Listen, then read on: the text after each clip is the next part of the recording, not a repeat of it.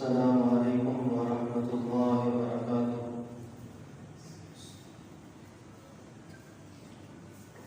ان الحمد للہ نحمده ونستعینه ونستغفره ونؤمن به ونتوکل علیہ ونعوذ باللہ من شرور انفسنا ومن سیئات اعمالنا من يهده الله فلا مضل له ومن يضلل فلا هادي له ونشهد أن لا إله إلا الله وحده لا شريك له ونشهد أن محمدا عبده ورسوله أما بعد فإن خير الحديث كتاب الله وخير الهدي هدي محمد صلى الله عليه وآله وصحبه وسلم وشر الأمور محدثاتها وكل محدثة بدعة وكل بدعة ضلالة وكل ضلالة في النار۔ اللهم صل على محمد وعلى آل محمد كما صليت على إبراهيم وعلى آل إبراهيم إنك حميد مجيد۔ اللهم بارك على محمد وعلى آل محمد كما باركت على إبراهيم وعلى آل إبراهيم إنك حميد مجيد۔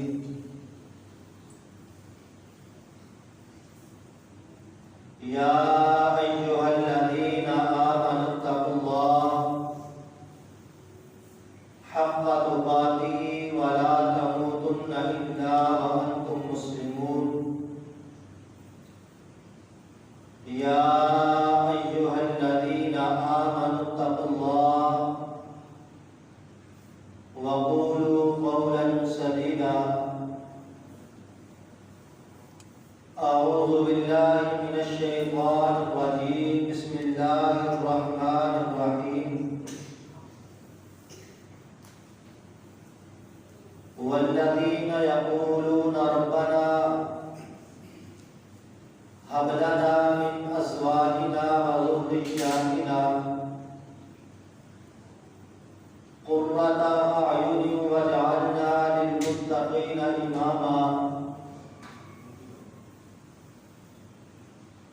قال النبي صلى الله عليه وآله وصحبه وسلم وتسليما: إن الدنيا كلها متاع وخير متاع الدنيا المرأة الصالحة۔ صدق الله العلي العظيم وصدق رسوله النبي الكريم۔ ہمہ قسم کی حمد و ثنا، تعریفات، تکبیرات، تسبیحات، تمجیدات، کبریائی، بڑائی اللہ رب العزت کی ذات کے لیے ہے۔ ان کی لا تعداد درود و سلام پیغمبر کے مثل ختم الرسل سید المذنبین سید الاولین والآخرین امامنا فی الدنیا و امامنا فی الآخرہ و امامنا فی الجنہ جناب محمد رسول اللہ صلی اللہ علیہ وآلہ وصحبہ وسلم و تسلیم کی ذات اطہر و مطہر کی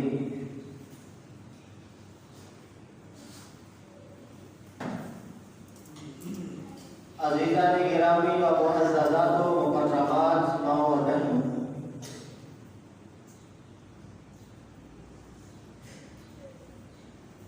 نیک عورت اسلام کی نظر میں دنیا کی تمام چیزوں سے بڑھ کر بہت زیادہ قیمتی متاع ہے۔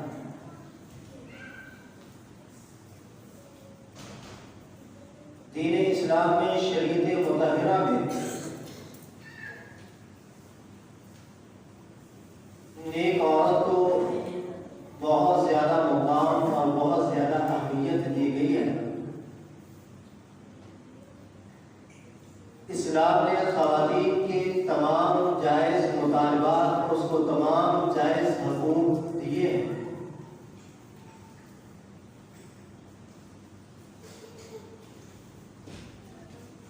اور اللہ رب العزت نے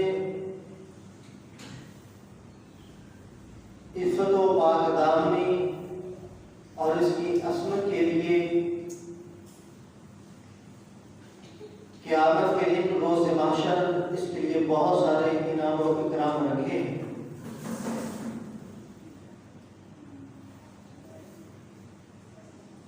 قرآن مجید فرقان حمید نے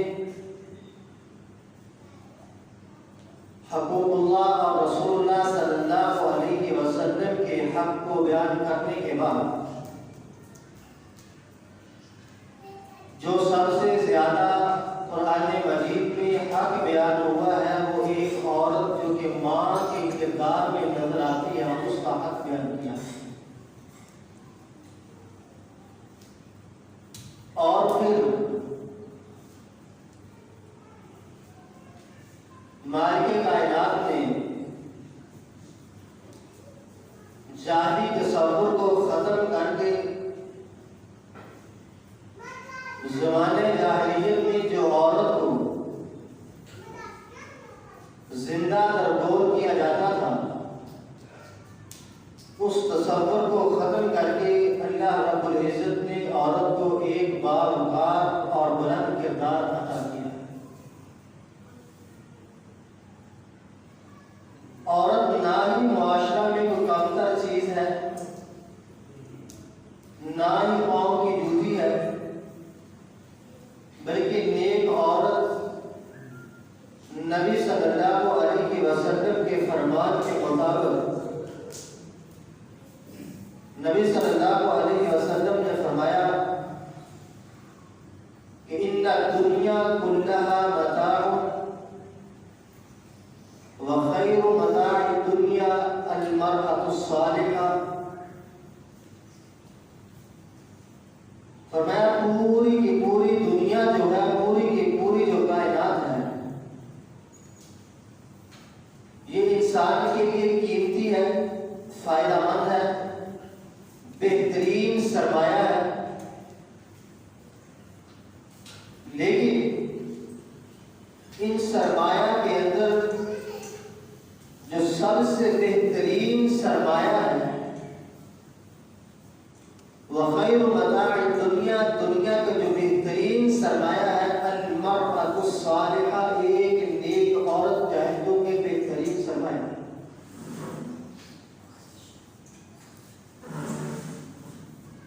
یعنی کہ اگر کسی گھر میں نیک ماں موجود ہے، نیک بہن موجود ہے، نیک بیٹی موجود ہے، تو یہ عورت جو ہے یہ سراپا رحمت ہے۔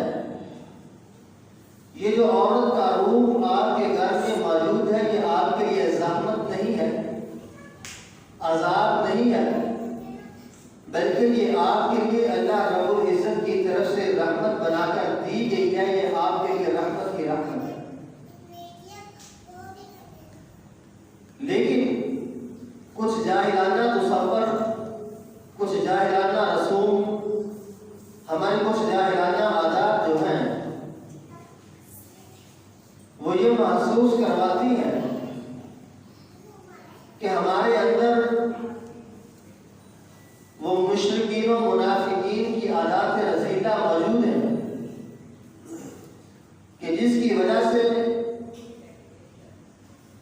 ہم اپنی عورتوں کو نیک سمجھتے ہیں،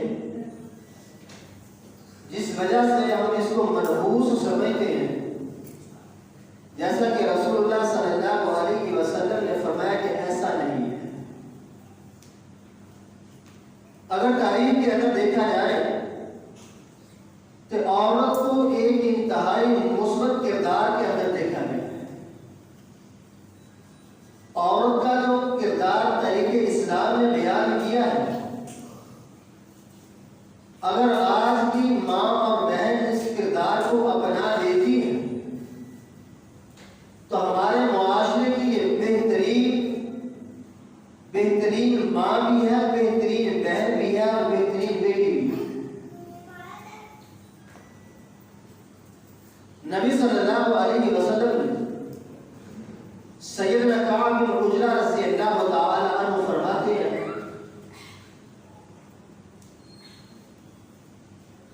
کہ نبی صلی اللہ علیہ وسلم اس آیت کی تلاوت کر رہے تھے، والذین یقولون ربنا هب لنا من ازواجنا وذرریاتنا قرۃ اعین واجعلنا للمتقین اماما۔ اور وہ لوگ جو کہتے ہیں ربنا اے ہمارا هب لنا من ازواجنا وذرریاتنا قرۃ اعین واجعلنا للمتقین اماما۔ حافظ ابن کثیر رحمہ اللہ نے لکھا ہے کہ یہاں پر جو لوگ اس کا ترجمہ کرتے ہیں نا بیویاں، وہ غلط ترجمہ کرتے ہیں۔ اس کا اکیلا بیویاں ترجمہ نہیں کرنا چاہیے ہم لنا من ازواجنا، بلکہ زوج سے مراد جوڑا ہوتا ہے، میاں اور بیوی۔ عربی میں زوج جہاں بھی استعمال ہوا ہے وہ جوڑے کے معنی میں استعمال ہوا ہے۔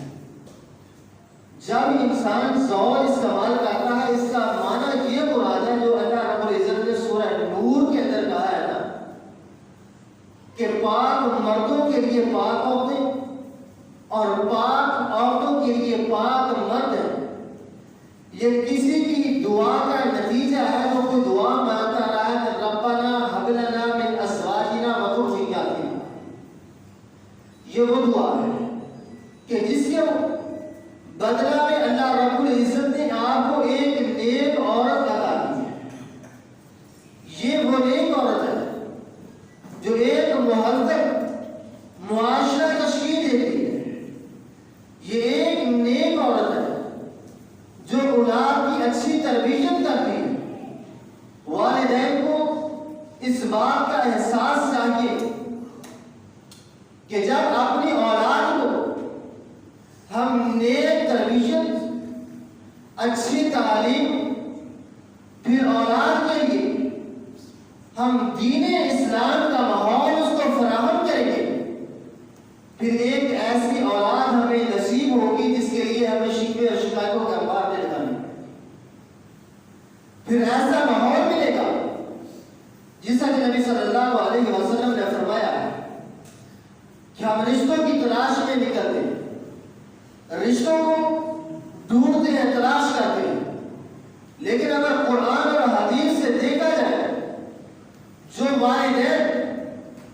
اپنی اولاد کی نیک اور اچھی تربیت کرتے ہیں ان کا مستقبل بھی روشن ہوتا ہے اور ان کے لیے اچھے نیک رشتے بھی میسر ہوتے ہیں۔ جیسا کہ نبی صلی اللہ علیہ وسلم کا ارشاد ہے، نبی علیہ السلام نے فرمایا تنکح المرأة لأربع، کہ عورت سے جو نکاح ہے 4 چیزوں کی بنا پر کیا جاتا ہے۔ تنکح المرأة لأربع،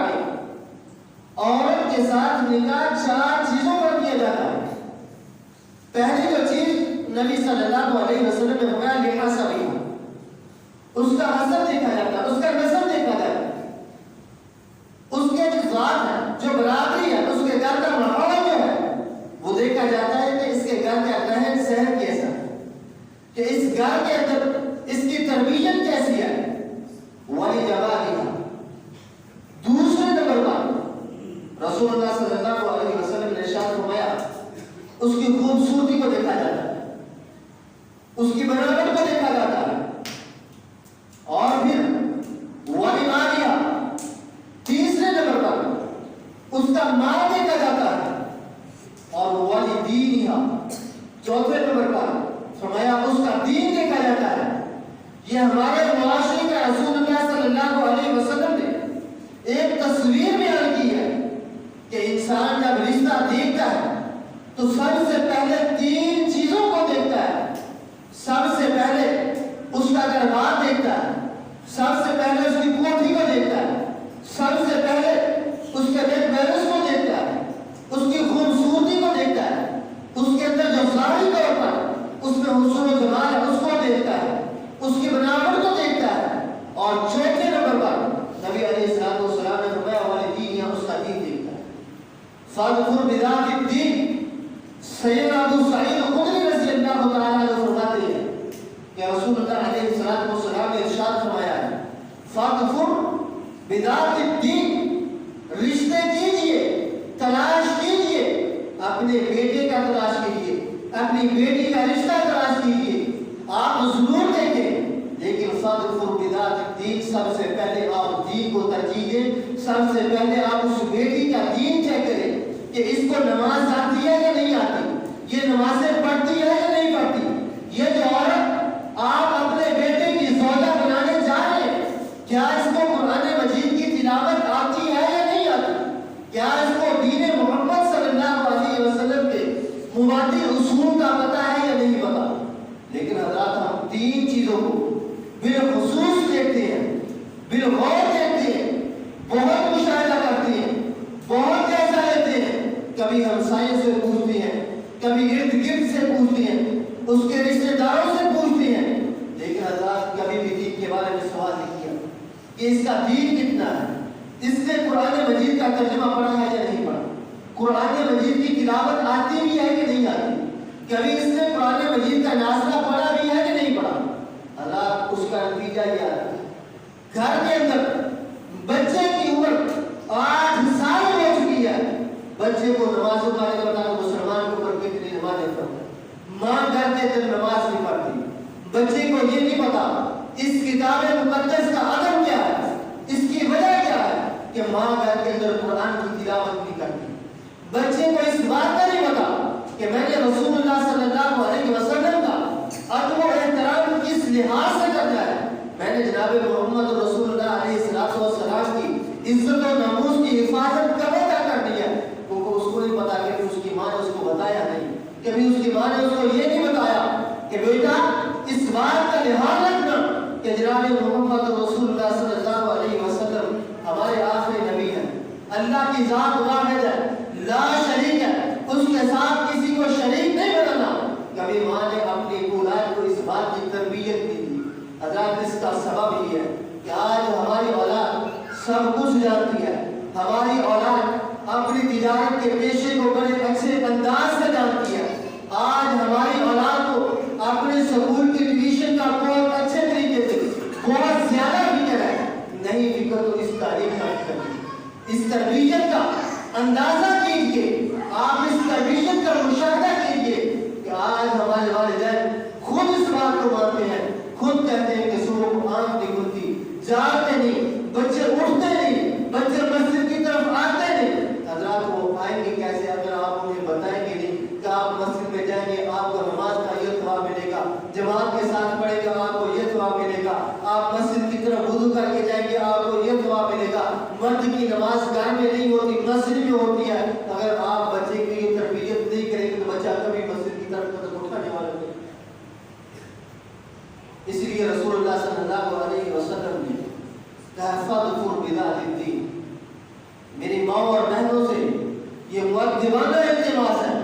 کہ خدا نے اپنی بچیوں کی تربیت اچھی کی، اپنی بچیوں کی تربیت کے اندر یہ اسلامی نصاب کو شامل کیجیے، ان کو آپ پورے قرآن کا ترجمہ تفسیر لازمی پڑھائیے، اگر یہ نہیں پڑھا سکتی، آپ کے اندر اتنی سخت نہیں ہے تو کم از کم سورہ نساء، سورہ نور، سورہ احزاب ان کو یہ سورتیں پڑھا کر دکھائیے، ان کو بتائیے کہ بیٹا آپ کے معاشرے میں جو آپ کو سب سے زیادہ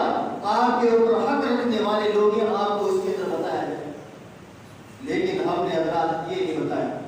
بیٹی شادی کرنے کے 1 ہفتہ بعد گھر آ جائے، اپنے گھر بیٹھ کر ماں باپ کے سامنے ضد کر جائے کہ میں نے نہیں جانا، حضرات یہ ممکن نہیں۔ اگر آپ اس کو یہ بتائیں کہ شریعت اس بات کی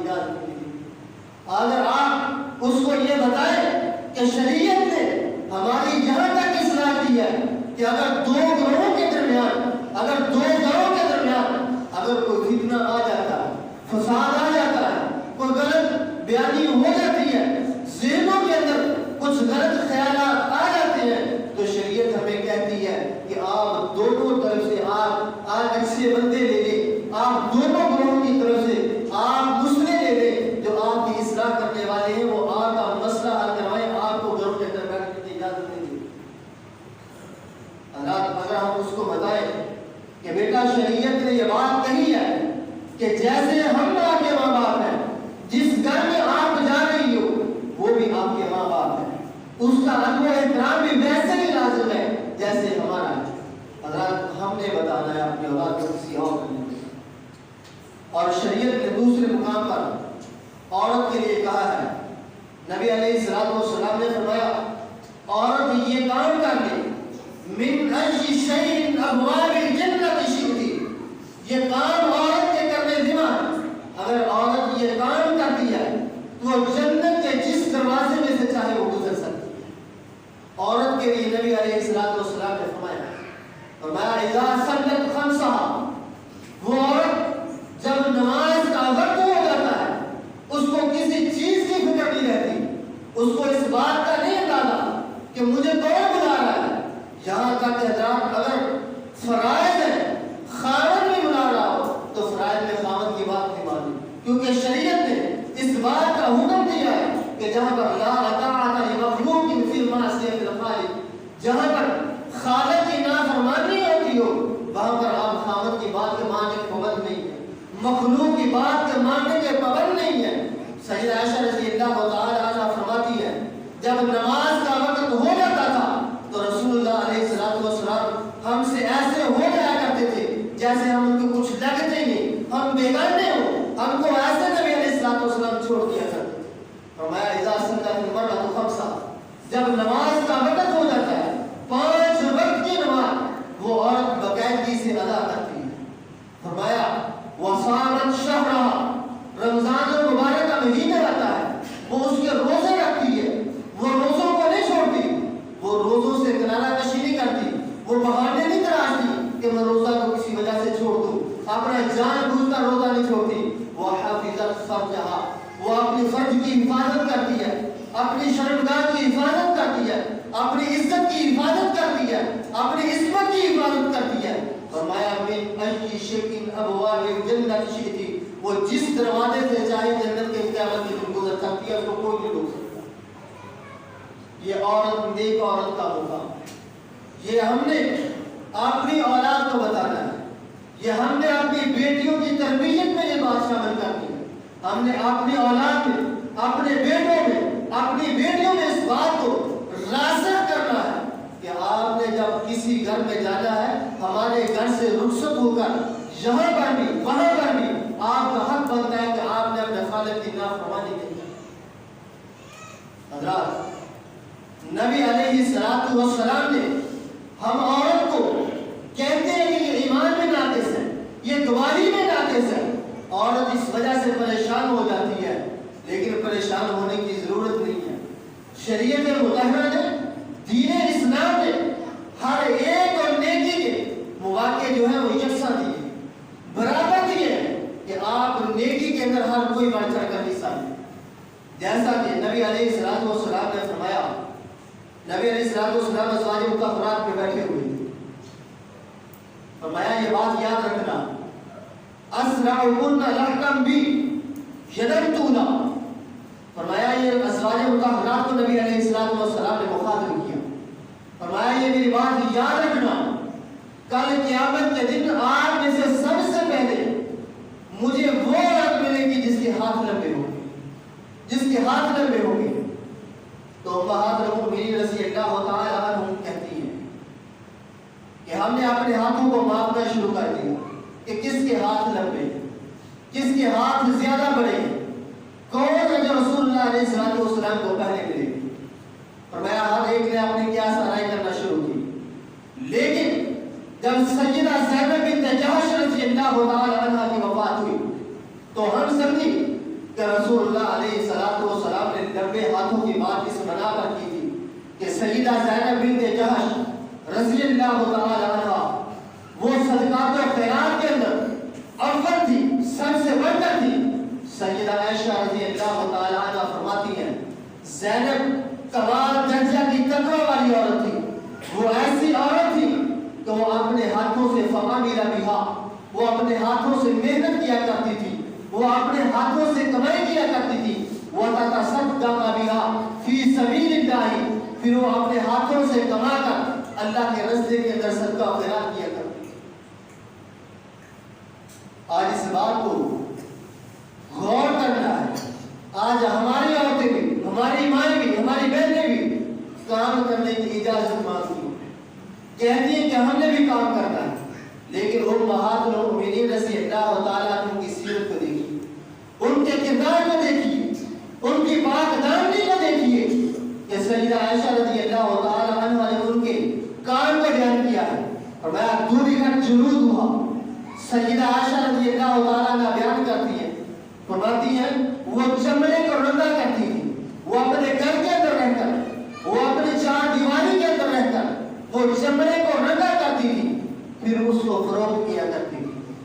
آج کی ماں اور بہن کام کرنا چاہتی ہے تو بھائی کے حساب کے اندر، بھائی کی عزت کے تحفظ کے اندر، اور اپنے باپ کی پگڑی سفید پگڑی کو دیکھ کر کام کرنا چاہیے۔ آج اپنے باپ کی سفید داڑھی کو دیکھ کر اس کو کام کرنا چاہیے۔ حضرات آج اس کی آڑ میں، آج روشن قیادی کے قیام میں، حضرات آج مرد و زن کے اختلاف میں ہمارے وہ رویے ہو چکے ہیں کہ آج جوان باپ جو اپنے آپ کو جوان سمجھتا ہے، آج اولاد نے دکھ پہنچا کر اس کی کمر کو اتنا ٹیڑھا کر دیا ہے کہ وہ آج سر اٹھانے کے قابل نہیں رہا۔ اس کی وجہ یہ کہ ہم نے اس کو نہیں بتایا کہ بیٹا یہ آپ کا محرم ہے، آپ کا اس کے ساتھ بیٹھنا اچھا نہیں ہے، آپ اس کے اندر خلوت میں نہیں بیٹھ سکتے، شریعت نے منع کیا ہے کہ آپ اس کے ساتھ بیٹھ سکتے۔ حضرات لیکن آج ہم نے اس بات کو بھلائے رکھا ہے۔ آج ہم اپنے ان غیر محرموں کے ساتھ ہنس کر باتیں، ان کے ساتھ خلوت کے رشتے، آج ان کے ساتھ بیٹھ کر اپنی پوری کی باتیں بیان، فون پہ باتیں، اپنے غلط طریقے، اپنے غلط رشتے، اور آج اس کا نتیجہ یہ نکلتا ہے کہ ہمارے اخبارات، ہمارا سوشل میڈیا، ہمارا ڈیجیٹل میڈیا، ہمارا ڈپلومیٹک میڈیا حضرات اس بات سے بھرا پڑا ہے کہ آج عزت کے نام پر بیٹی قتل کی گئی ہے، آج عزت قتل کی گئی ہے۔ حضرات اس عزت کو قتل ہونے سے پہلے زندگی دیجیے، اس عزت کو اپنے ہاتھ سے نکلنے سے پہلے اس کو اپنے گرد میں لپیٹیے، اپنے ہاتھوں میں کنٹرول کیجیے، اس کو اس بات کو سمجھائیے کہ بیٹا اگر آج تو اپنے خاوند کے گھر میں ہے تو ناراض ہو کر میرے گھر میں مت آنا۔ رسول اللہ علیہ السلام نے اپنی بیٹی کو یہ بات سمجھا کر گھر سے روانہ کیا۔ معجم الکبیر میں روایت موجود ہے، نبی علیہ السلام کے صحابی سیدنا برا بن عازب رضی اللہ تعالیٰ عنہ فرماتے ہیں،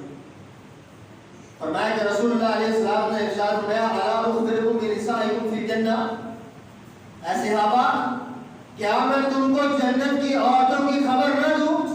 کہ جنت میں کون سی عورتیں جائیں گی؟ تو صحابہ نے کہا اللہ کے رسول صلی اللہ علیہ وسلم ضرور بتائیں کہ کون سی عورت جو ہے جنت میں جائے گی؟ تو رسول اللہ علیہ السلام نے فرمایا کل ودود و مولود، ہر وہ عورت جنت میں جائے گی جو اپنے اہل خانہ کے ساتھ، اپنے خاوند کے ساتھ محبت کرنے والی ہوگی، اس کی اطاعت فرمانبرداری کرنے والی ہوگی، بہت زیادہ بچوں کو جنم دینے والی ہوگی۔ اور فرمایا یہ بات یاد رکھنا